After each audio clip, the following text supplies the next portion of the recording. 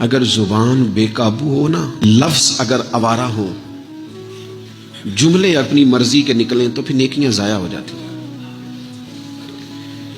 اگر بہت بولنے کی عادت ہو اور جو مرضی کہہ دینے کی عادت ہو اور اپنے غصے پر کنٹرول کا مزاج نہ ہو تو پھر نیکیاں برباد ہو جاتی ہیں۔ کچھ لوگ ایسے ہوتے ہیں جو بڑے بہترین کام والے ہوتے ہیں لیکن ان کی زبان سے ڈر آتا ہے، ان کے جملوں سے خوف آتا ہے، ان سے محبت کا رشتہ ہوتا ہے، تعلق ہوتا ہے، لیکن ان کے ساتھ گزارا نہیں ہوتا، اس لیے کہ وہ نیک بھی ہیں، نمازی بھی ہیں، حاجی بھی ہیں، پرہیزگار بھی ہیں، لیکن زبان سے تیر برساتے ہیں۔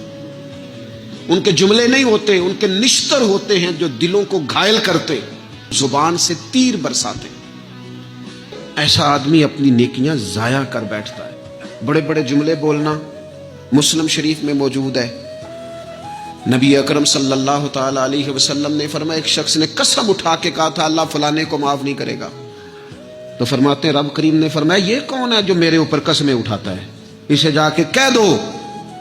وہ بظاہر جسے گناہگار سمجھ کے تو نے کہا تھا نا اللہ اسے معاف نہیں کرے گا، جا اسے کہہ دو میں نے اسے معاف کر دیا ہے۔